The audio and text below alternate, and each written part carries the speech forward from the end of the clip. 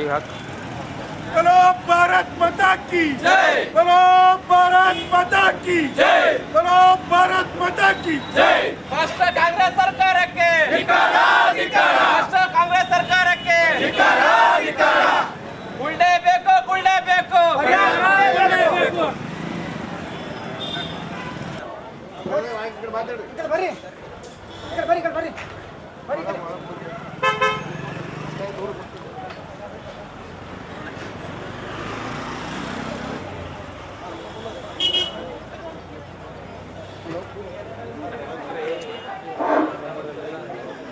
ಮನೆ ಕಳೆದುಕೊಂಡಂತ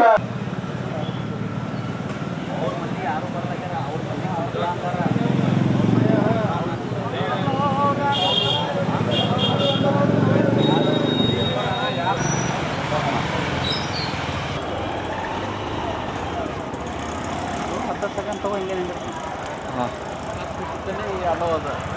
ನಡೆಯೋಣ, ಹಂಗೆ ಚಾಲು ಇಟ್ಟೇನೆ.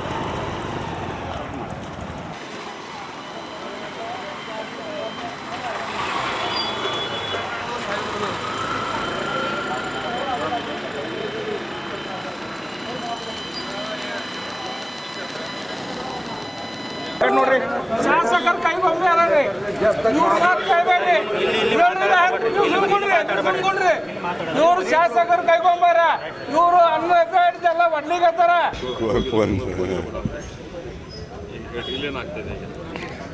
ಇದು ಆಳಂದ ನಗರದಲ್ಲಿ ಹಳೆ ತಹಸೀಲ್ದಿಂದ ದರ್ಗಾ ಬೇಸ್ವರೆಗೂ ರಸ್ತೆ ಅಗಲೀಕರಣ ಕಾಮಗಾರಿ ಮುನ್ಸಿಪಾಲ್ಟಿಯವರು ಕೈ ಎತ್ಕೊಂಡಿದ್ದಾರೆ. ಆದರೆ ಈ ಮುನ್ಸಿಪಾಲ್ಟಿಯವರು ಸ್ಪಷ್ಟವಾಗಿ ಎಲ್ಲರಿಗೂ ಒಂದು ನೋಟಿಸ್ ಕೊಟ್ಟು ನಿಮ್ಮದು ಇಷ್ಟು ಜಾಗ ಹೋಗ್ತದ ಅಂತಂದು ಹೇಳಿ ಅದರ ಮುಖಾಂತರ ಅವರು ಕೆಲಸ ಮಾಡಬೇಕಾಗಿತ್ತು. ಅದು ಮಾಡಲಾರ್ದೇ ಬರೀ 1970ರ ಹಿಂದಿನ ದಾಖಲಾತಿಗಳು ಇದ್ದರೆ ತೊಗೊಂಬರ್ರಿ, ಇಲ್ಲ ಅಂತಂದ್ರೆ ಅದು ಎಲ್ಲ ನಿಮ್ಮದು ಆಕ್ರಮ, ನಾವು ಅದು ಹೊಡಿತೀವಿ ಅಂತಂದು ಒಂದೆರಡು ಸರ್ಕಾರಿ ಜಾಗಗಳನ್ನು ಒಡೆದಂಗೆ ಮಾಡಿ ಇವ್ರಿಗೆ ಭಯ ಹಾಕಿ ಅದು ಅವರೇ ಸ್ವಯಂ ಪ್ರೇರಿತವಾಗಿ ಹೆದರಿಕೆದಿಂದ ನಾವು ಬರೆದು ಕೊಡೋಂಗೆ ಒಂದು ಇದು ತೊಗೊಲ್ಗತ್ತಾರ ಅವ್ರ ಕಡೆಯಿಂದ ಸ್ಟೇಟ್ಮೆಂಟು. ನಾವು ವಾಲಂಟ್ರಾಗಿ ನಾವು ಹೊಡ್ಕೋತೀವಿ ಅಂತಂದು, ಯಾಕಂದ್ರೆ ಪೂರ್ತಿ ಬಿಲ್ಡಿಂಗ್ ಡ್ಯಾಮೇಜ್ ಆಗಬಾರ್ದು ಅಂತ ಒಂದು ಕಾರಣಕ್ಕೆ ಇವತ್ತು ಇಲ್ಲಿ ಏನು ಮಾಲೀಕರ ಅವರೆಲ್ಲ ಬರೆದು ಕೊಡ್ಲಿಗತ್ತಾರ. ಅದಕ್ಕೆ ನಾವು ಇವ್ರಿಗೆ ಕೇಳೋದೇನು ಅಂತಂದರೆ, ಒಂದು ರಸ್ತೆ ಅಗಲೀಕರಣ ಮಾಡಬೇಕಾದ್ರೆ ನಿಮಗೊಂದು ಬಜೆಟ್ ಬಂದಿರ್ತದೆ. ಆ ಬಜೆಟ್ದು ಒಂದು ಪ್ಲ್ಯಾನು, ಎಸ್ಟಿಮೇಟು, ಒಂದು ನಕ್ಷೆ ಇರ್ತದೆ. ಆ ನಕ್ಷೆ ಎಲ್ಲ ಸಾರ್ವಜನಿಕರಿಗೆ ಬಹಿರಂಗಪಡಿಸ್ರಿ, ಈ ಪ್ರಕಾರ ನಾವು ಮಾಡ್ಲಿಗತ್ತೀವಿ ಅಂತ ಹೇಳ್ರಿ. ಮತ್ತು ಎಷ್ಟು ಹೊಡಿತದ ಅವರಿಗೆ ಅಲ್ಲೇ ಕಟ್ಕೊಳಕ್ಕೆ, ಪುನಃ ಅವರು ಡೋರ್ ಕ್ಲೋಸ್ ಮಾಡ್ಕೊಳಕ್ಕೆ, ಶಟ್ರ್ ಹಾಕೋಲಕ್ಕೆ, ವಾಲ್ ಕಟ್ಕೊಳಕ್ಕೆ ಅವ್ರಿಗೆ ಒಂದಿಷ್ಟು ಏನಾದರೂ ದುಡ್ಡು ಕೊಡ್ರಿ. ಆಮೇಲೆ ಜಾಗದ್ದು ಏನದ ಅದಕ್ಕೂ ಪರಿಹಾರ ಕೊಡಬೇಕು, ಒಂದು ವ್ಯಾಲ್ಯೂಯೇಷನ್ ಮಾಡಿ ಅದ್ರದ್ದು ಏನು ಗೌರ್ಮೆಂಟ್ ಇದು ಬರ್ತದೆ ಅದ್ರ ಪ್ರಕಾರ ಪರಿಹಾರ ಕೊಡಬೇಕು. ಯಾಕಂದ್ರೆ BR ಪಾಟೀಲ್ ಅವರು ನಮ್ಮ ತಂದೆಯವ್ರ ಶಾಸಕರಿದ್ದಾಗ 11 ಕೋಟಿ ತಂದು ಈ ರಸ್ತೆ ಅಗಲೀಕರಣ ಮಾಡ್ತೀವಿ ಅಂತಂದಾಗ BR ಪಾಟೀಲ್ರು ಪರಿಹಾರ ಕೊಟ್ಟು ಮಾಡಿರಿ, ಇಲ್ಲಾಂದ್ರೆ ಮಾಡಬೇಡ್ರಿ ಅಂತಂದು ಹೇಳಿದರು ಅವಾಗ. ಆದರೆ ಈಗ ಅವರೇ ಶಾಸಕರ, ಪ್ಲ್ಯಾನಿಂಗ್ ಕಮಿಷನ್ ವೈಸ್ ಚೇರ್ಮನ್ ಹರ, ಮುಖ್ಯಮಂತ್ರಿಗಳಿಗೆ ಭಾಳ ಆತ್ಮೀಯ ಗೆಳೆಯ ಅಂತ ಹೇಳ್ತಾರೆ.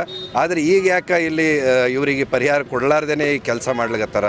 ಆಮ್ಯಾಗ ಅಲ್ಲಿ ಬೆಂಗಳೂರದಾಗ ಏನು ಒಂದು ಕೋಗಿಲೆ ಅಂತ ಅನ್ನೋದು ಒಂದು ಆಕ್ರಮ ವಲಸಿಗರು ಅಲ್ಲಿ ಇದ್ದರು, ಅವರಿಗೆ ತೆರವುಗೊಳಿಸುವಂಥ ಸಂದರ್ಭದಾಗ ಅಲ್ಲಿ ಕೇರಳದ ಮುಖ್ಯಮಂತ್ರಿದು ಒತ್ತಡ ಬಂದು ಮತ್ತು ಕಾಂಗ್ರೆಸ್ ನಾಯಕ KC ವೇಣುಗೋಪಾಲ್ ಅವರು ಒತ್ತಡ ಬಂದು ಅವರಿಗೆ ಆಕ್ರಮ ಇದ್ದವರಿಗೆ ಫ್ಲ್ಯಾಟ್ ಕೊಡ್ತಾರೆ, 5 ಲಕ್ಷ ಪರಿಹಾರ ಕೊಡ್ತಾರೆ. ಆದರೆ ಇಲ್ಲಿ ನಿಜವಾಗ್ಲೂ ಅವರು ರಿಜಿಸ್ಟರ್ಡ್ ಡಾಕ್ಯುಮೆಂಟ್ ಓನರ್ಸ್ ಇದ್ರೂ ಕೂಡ ಅವ್ರಿಗೆ ಪರಿಹಾರ ಕೊಡ್ಲಿಕ್ಕೆ ತಯಾರಿಲ್ಲ. ಅದಕ್ಕೆ ನಮ್ಮ ಉತ್ತರ ಕರ್ನಾಟಕ ಭಾಗದ ಈ ಗಡಿ ಭಾಗದ ಜನರಿಗೆ ಯಾಕೆ ಈ ರೀತಿ ಮಲ್ತಾಯಿ ಧೋರಣೆ ಒಂದು ಅನ್ಯಾಯ ಮಾಡ್ತಾರೆ ಈ ಮುಖ್ಯಮಂತ್ರಿಗಳು, ಕಾಂಗ್ರೆಸ್ ಸರ್ಕಾರದವರು. ಇವರಿಗೆ ಪರಿಹಾರ ಕೊಟ್ಟು ಈ ಕೆಲಸ ಮಾಡಬೇಕು ಅಂತಂದು ನಾವು ಈ ಮುಖಾಂತರ ಒತ್ತಾಯ ಮಾಡ್ತೀನಿ. ಅಲ್ಲ, ಈ ಮುಖ್ಯ ರಸ್ತೆ 40 ಅಡಿ ಇದೆ ಅಂತ, ಅದೆಲ್ಲ ಪುರಸಭೆಗೆ ಸೇರಿದ ಜಾಗ ಅಂತ ಹೇಳ್ತಾ ಇದ್ದಾರೆ. ಈಗ ಅವರು ಪುರಸಭೆಗೆ ಸೇರಿದ್ದು ಅಂತಂದ್ರೆ ಪುರಸಭೆಗೆ ಹುಟ್ಟಿದಕ್ಕಿಂತ ಮೊದಲೇ ಅಲ್ಲಿ ಬಿಲ್ಡಿಂಗ್ಗಳಿದ್ದು, ಅವ್ರು ಹೆಂಗೆ ಹೇಳ್ತಾರೆ ಅವ್ರಿಗೆ ಸೇರಿದ್ದು ಅಂತಂದು. ಅದು ಇತ್ತು ಅಂತಂದ್ರೆ ಅವರಿಗೆ ಪ್ರೂವ್ ಮಾಡಲಿ ಡಾಕ್ಯುಮೆಂಟ್ ವೈಸ್, ಅವ್ರಿಗೆ ಹೋಗಿ ಈ ಥರ ನಿಮ್ಮದು ಡಾಕ್ಯುಮೆಂಟ್ ಇಲ್ಲ, ಅದಕ್ಕೆ ನಾವು ಇದು ಮಾಡ್ತೀವಿ ಅಂತಂದು ಆ ರೀತಿ ನೋಟಿಸ್ ಕೊಡಲಿ. ಆ ಬರ್ಡನ್ನ ಪಬ್ಲಿಕ್ ಮ್ಯಾಗೆ ಹಾಕ್ಲಿಕತ್ತಾರೆ ಇವರು.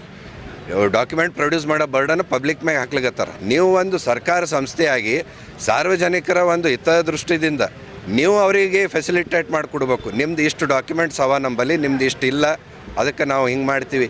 ನೀವು ಕಮ್ಯುನಿಕೇಟ್ ಮಾಡಿರಿ ಅವ್ರ ಜೊತೆ.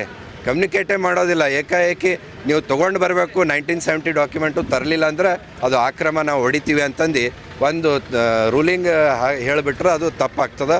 ಈಗ ಕೆಲವೊಬ್ಬರು ಕೋರ್ಟಿಗೂ ಹೋಗ್ಯಾರ ಅಂತ ನಾವು ಕೇಳಿವಿ. ಅದು ಏನೇನಾಗ್ತದೋ ಗೊತ್ತಿಲ್ಲ. ಅದಕ್ಕೆ ಇದು ಈ ರೀತಿ ಅಡಚಣೆ ಇಲ್ದೇ ಹೋಗಬೇಕು ಅಂತಂದ್ರೆ ವಿಶ್ವಾಸಕ್ಕೆ ತೊಗೊಂಡು ಪರಿಹಾರ ಕೊಟ್ಟು ಕೆಲಸ ಮಾಡಬೇಕು ಅಂತ ನಾವು ಹೇಳ್ತೀವಿ. ರಜೂರಿ ಸಂದರ್ಭದಲ್ಲಿ ರಜೂರಿ ಹೊಡೆದಿರೋ ಅದು ಕೂಡ ವೈಡ್ನಿಂಗ್ ಮಾಡಬೇಕಾದ ಸಂದರ್ಭದಲ್ಲಿ ಅವರೇ ಪರಿಹಾರ ಕೊಟ್ಟಿಲ್ಲ ಅನ್ನೋದು ಕೇಳಿ ಬರ್ತಾ ಇದೆ. ಅವಾಗ ಕೂಡ ಶಾಸಕರು ಸಂದರ್ಭದಲ್ಲಿ ಹೌದು, ಅವಾಗ ಅಲ್ಲಿ ಅಕ್ರಮ ಇದ್ದವ್ರದ್ದೇ ಹೊಡೆದೀವಿ ನಾವು. ಯಾರು ಸಕ್ರಮ ಅವರು ಲ್ಯಾಂಡ್ ಓನರ್ಸ್ ಇದ್ದವ್ರದ್ದು ಯಾರ್ದು ಹೊಡೆದಿಲ್ಲ. ಅವ್ರಿಗೆ ಸ್ಟೇನೂ ಸಿಕ್ಕಿಲ್ಲ. ಅವಾಗ ಅವರಿಗೆ ಸಪೋಸ್ ಅವ್ರು ಲ್ಯಾಂಡ್ ಓನರ್ ಇದ್ದರು ಅಂತಂದು ಸ್ಟೇ ಸಿಕ್ತಿತ್ತು ಅವರಿಗೆ. ಅವ್ರದ್ದು ಯಾವ ಡಾಕ್ಯುಮೆಂಟ್ಸ್ ಇರಲಿಲ್ಲ. ಹೀಗಾಗಿ ಅಕ್ರಮ ಏನು ಮಾಡಿದರು, ಅನಧಿಕೃತವಾಗಿ ಕಟ್ಟಡ ಇದ್ದು ಅಂಥವೆಲ್ಲ ಹೊಡೆದು ಅಲ್ಲಿ ವೈಡ್ನಿಂಗ್ ಮಾಡಿದ್ದದು. ಇದಕ್ಕೆ ಪರಿಹಾರ ಕೊಟ್ಟು ರೋಡ್ ವೈಡ್ನಿಂಗ್ ಮಾಡಬೇಕು ಅಂತ ನಾ ಕೇಳ್ಕೊತೀನಿ.